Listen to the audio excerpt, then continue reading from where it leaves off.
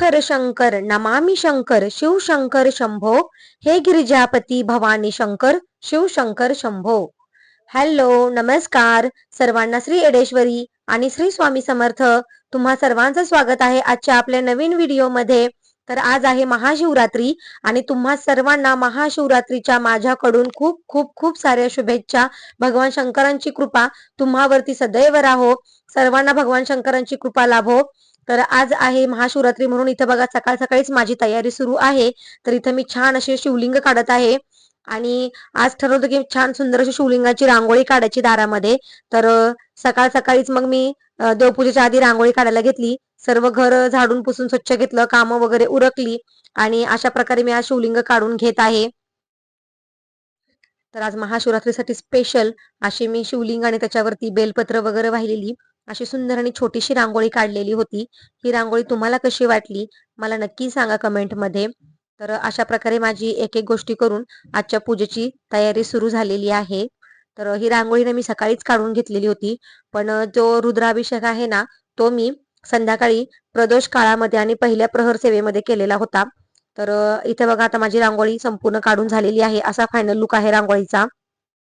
आणि त्यानंतर मग मी दुपारी ना सर्व पूजेची भांडे स्वच्छ करून घेतली.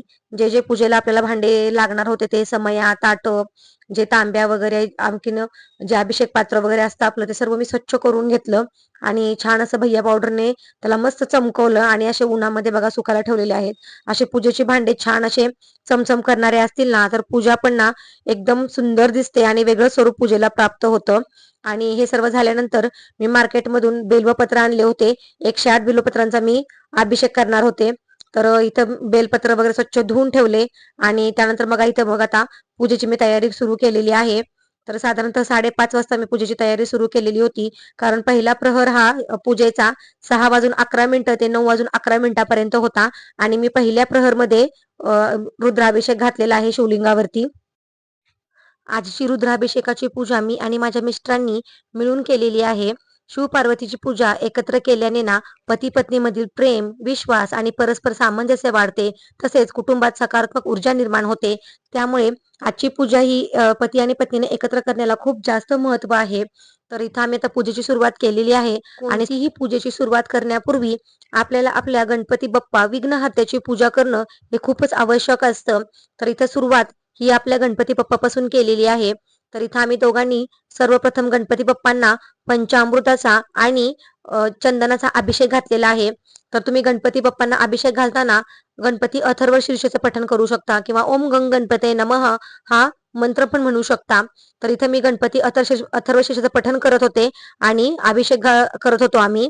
त्यानंतर गणपती बाप्पांचा अभिषेक वगैरे झाल्यानंतर छान अशी गणपती बाप्पांची सागर संगीत पूजा केली आणि बाप्पांचा आशीर्वाद घेऊन मग पुढच्या पूजेला सुरुवात केलेली आहे.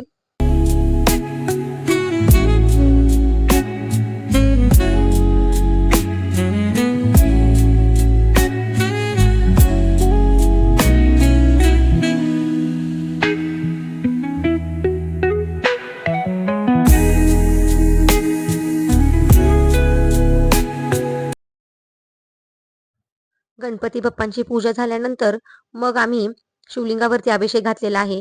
तर कोणताही अभिषेक हा अभिषेकाची सुरुवात नाही पाण्याचा अभिषेक घालण्यापासूनच करायची.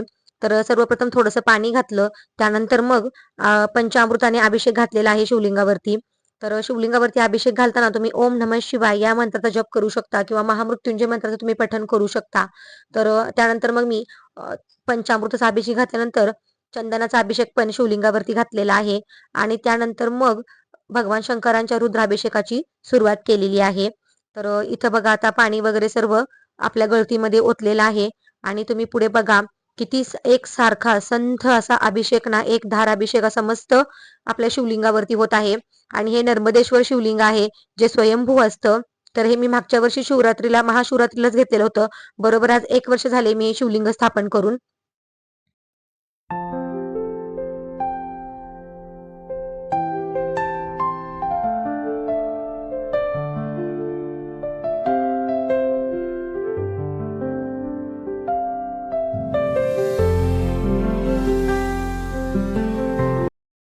तर तर आपला रुद्राभिषेक झाल्यानंतर, जलाभिषेक झाल्यानंतर आपल्याला बिल्वपत्रांचा अभिषेक भगवान शंकरांना घालायचा आहे आणि शिवशंकरांची 108 नावं घेत घेत आपल्याला हा अभिषेक घालायचा असतो. तर आपल्या नित्यसेवेमध्ये शिव अष्टोत्तर शतनामावली आहे, त्यात भगवान शंकरांची 108 नावं आहेत, ती आपल्याला म्हणत म्हणत आपल्याला हा अभिषेक घालायचा असतो. तर समुद्र मंथनातून जेव्हा सृष्टीचा विनाश करू शकणारे हलाहल विष बाहेर पडले, तेव्हा भगवान शंकरांनी ते प्राशन करून ब्रह्मांडाचे रक्षण केले आणि या विषामुळे शिवाचा कंठ निळा पडला आणि त्यांच्या देहाचा दाह होऊ लागला. त्यांना आराम मिळावा आणि त्यांनी जागृत राहावे म्हणून वैद्यांच्या सल्ल्यानुसार रात्रभर गायन वादनाचे कार्यक्रम करून त्यांना जागे ठेवण्यात आले. सकाळी महादेव प्रसन्न झाले आणि त्यांनी सर्वांना आशीर्वाद दिला आणि विष प्राशनानंतरची हीच ती रात्र जी आपण महाशिवरात्र म्हणून साजरी करतो. हे जे चंदन आहे ना, जे मी आता शिवशंकरांना लावणार आहे, ते झेंडूच्या फुलापासून बनलेलं आहे. आणि जेव्हा माझी बहीण उज्जैनला गेलेली होती महाकालांच्या दर्शनासाठी, तेव्हा तिथून तेही घेऊन आलेली होती. तर या चंदनाचा सुगंध इतका सुंदर आहे, खूपच अप्रतिम सुगंध येतो याच्यातून. आणि ते चंदन पण एकदम ऑर्गॅनिक आहे, ते एकदम चिकट नाहीये, काही नाहीये. तर इथं मी भगवान शिवशंकरांची छान अशी पंचोपचारे पूजा केली.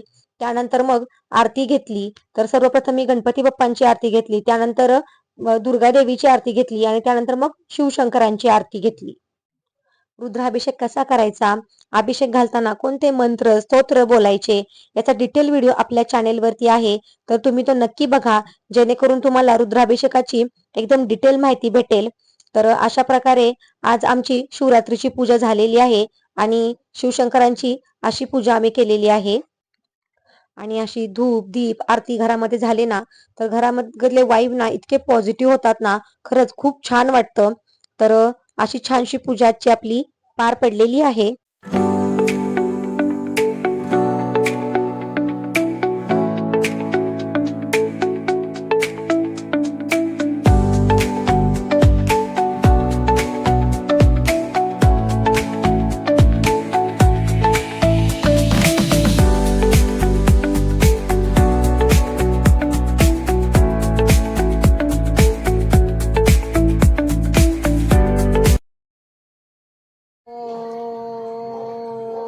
ओम नमः शिवाय. ओम नमः शिवाय. ओम नमः शिवाय. ओम नमः शिवाय. ओम नमः शिवाय. ओम नमः शिवाय. ओम नमः. तर असं नैवेद्य वगैरे संपूर्ण दाखवून झाला, आरती वगैरे पार पडली आणि त्यानंतर मग मी भगवान शिवशंकरांपुढं थोडा उशीर नामस्मरण करत बसलेले होते. तर असं नामस्मरण केल्याने, ध्यान लावून बसल्याने आपल्याला इतकं छान वाटतं ना आतून. आपण शरीराची स्वच्छता तर करतो, पण मनाची स्वच्छता जर आपल्याला करायची असेल ना, तर नामस्मरणाशिवाय आपल्याकडे उपायच नाहीये. कारण नामस्मरण केल्याने, ध्यान लावून बसल्याने खरंच इतकं छान वाटतं, मन खूप प्रसन्न होतं.